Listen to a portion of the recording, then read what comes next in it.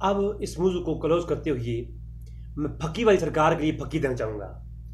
جن محمد مرزا صاحب ایک شخص تو وہ جناب بڑے چھائے ہوئی ہیں تو وہ پھکیاں دیتے ہیں. یقین جانیے اگر ایسی پھکیاں دینے پہ ہم آ جائیں نا تو اتنی پھکیاں ہمارے پاس ہیں کہ اس کا ہاضمہ ٹائٹ ہی نہ رہے. ٹھیک ہے. اب ایک مسئلہ خلف امام کے اوپر اس نے بہت ساری پھکیاں دیں. اگر اس طرح کی پھکیاں دینا چاہیں تو آج چند ایک پھکیاں میں بھی دے دیتا ہوں جناب. بخاری کے اندر روایت موجود ہے 834 نمبر روایت ہے. ابو داؤد کے اندر 603 نمبر روایت ہے. رسول اللہ صلی اللہ علیہ وسلم نے ارشاد فرمایا کہ جب امام اس لیے بنایا جاتا ہے کہ تم امام کی پیروی کیا کرو. امام رکوع کرے تو رکوع کرو، اور امام تکبیر کرے تو تکبیر کرو، اور امام رکوع کرے تو رکوع کرو. اس میں درمیان میں قرات کا ذکر نہیں ہے. اگر جو ہے امام قرات کرے اور تم بھی قرات کرو، ہونا تو یہ چاہیے تھا نا، لیکن نہیں ہے. امام تکبیر کرے تکبیر کہو، اور جب امام رکوع کرے تو رکوع کرو. قرات نہیں کرنے کا حکم ہے. یہ پھکی نمبر 1 ہے مرزا صاحب کے لیے. پھر رسول صلی اللہ علیہ وسلم نے شاہ فرمایا کہ جب امام غیر المغضوب علیہم ولا الضالین کہے تو آمین کہو. بخاری کے اندر، مسلم کے اندر متفق علیہ روایت موجود ہے. اچھا، امام ولا الضالین آمین ولا الضالین کہے تو کیا کرو؟ تم آمین کہو. نہ کہ جب تم ولا الضالین آمین کہو تو تم جو ہے آمین کہو. پھکی. جب امام ولا الضالین آمین کہے تو تم کیا کہو؟ آمین کہو. تو یہ نہیں کہ جب تم ولا الضالین آمین کہو تو تم آمین کہو.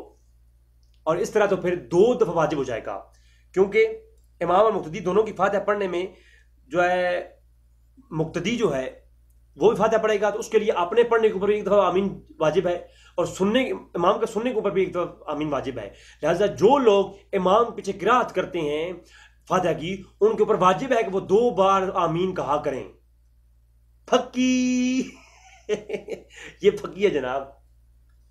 جو شخص فاتحہ خود ہی پڑھتا ہے اور امام کی سنتا بھی ہے تو سننے کے اوپر ایک آمین اس پہ واجب ہوئی، اور دوسری اس نے جو پڑھا خود. تو حدیث کے اندر ہے جب امام ولا الضالین آمین کہے تم خاموشی سن رہے تھے تو اب تم آمین کہو. لہذا عقیدہ حنفیوں کو معلوم ہوگا، کوئی اور عقیدہ معلوم نہیں ہوگا آپ کو. تو یہ پھکی ہے جناب. جب امام اللہ اکبر کہے تو تم بھی اللہ اکبر کہو.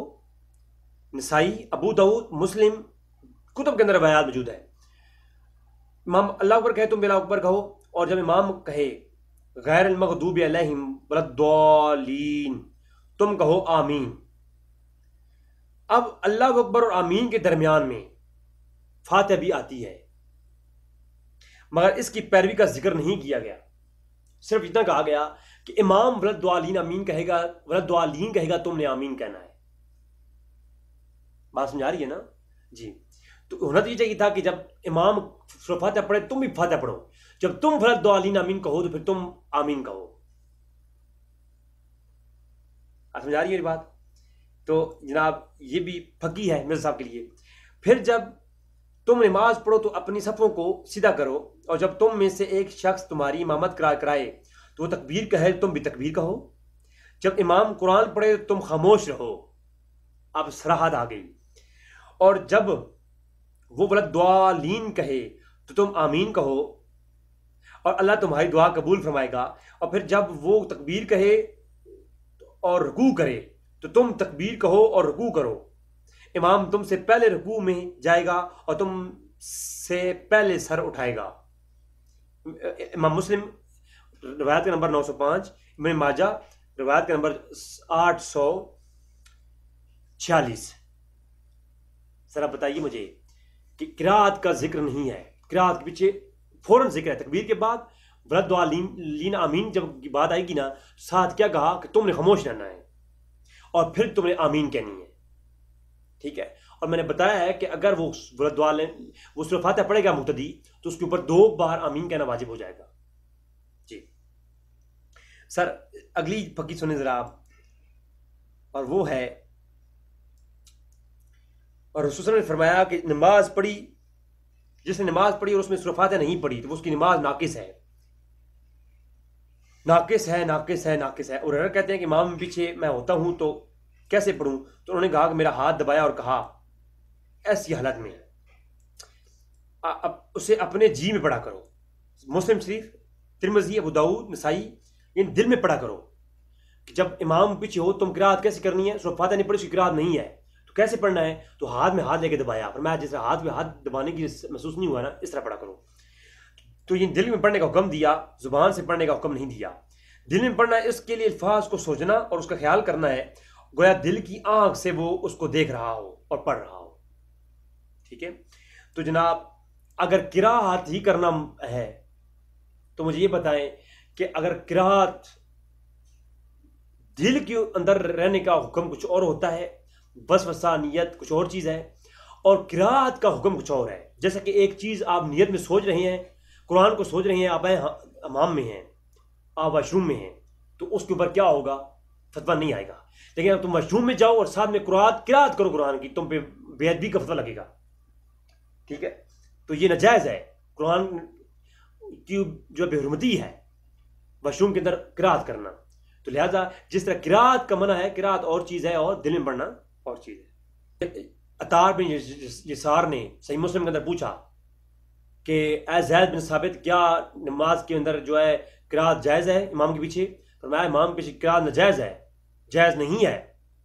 تو جناب فقی ہے، کیا زید بن ثابت کی جو نماز ہے وہ نماز امام پیچھے قرات نہیں کرتے تھے، ان کی نمازیں ہوئی ہیں یا نہیں ہوئیں؟ کیونکہ فاتح کے بغیر تو فاتح قرات کے بغیر نماز ہے ہی نہیں.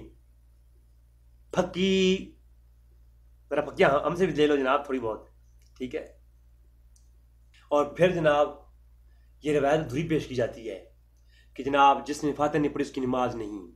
اب اس کی صراحت موجود ہے کہ جس نے جو ہے نماز پڑھی، ابو داؤد میں صراحت موجود ہے کہ اکیلے میں نماز پڑھی تو فاتح نہیں پڑھی نماز نہیں ہوگی. اور اگر ترمذی سے لیے جائے، ترمذی میں موجود ہے جس نے فاتح نہیں پڑھی اس کی نماز نہیں ہے سوائے اس کے کہ وہ امام پیچھے قرات نہ کرے. تو اس بارے میں آپ کیا کہیں گے جناب؟ فقی ہے، آپ کے لیے اس جواب آپ دیجیے گا. حضور کا ایک صحابی مسجد میں داخل ہوا. حضور جو ہے وہ رکوع کی حالت میں تھے، اور جب جو ہے وہ صف میں داخل نہیں ہوا، پیچھے جا کر کھڑا ہو کے اس نے رکوع کے ساتھ مل گیا. تو وہ جلدی سے آیا اور رکوع میں مل گیا، اور اس مل گیا اور نبی کریم صلی اللہ علیہ وسلم نے اسے بلا لیا نماز کے بعد. فرمایا کہ اللہ تمہارے شوق کو بڑھائے، آئندہ ایسا نہ کرنا کہ جلدی جلدی آ کر کے فوراً رکعت ساتھ نہ ملنا. ٹھیک ہے. یعنی صحابی کو یقین تھا کہ حضور نے یہ نہیں فرمایا تمہاری نماز نہیں ہوئی، جا کے نماز دوبارہ پڑھو، تمہاری رکعت رہ گئی ہے. فرمایا تمہاری رکعت ہو گئی، کیونکہ رکوع میں امام بیک کی صحیح سنت روایت لائی ہے کہ رکوع میں آنے والا، رکوع میں جانے والا شخص رکوع میں جو جماعت ساتھ مل جائے وہ اپنی وہ رکعت کو پا لیتا ہے.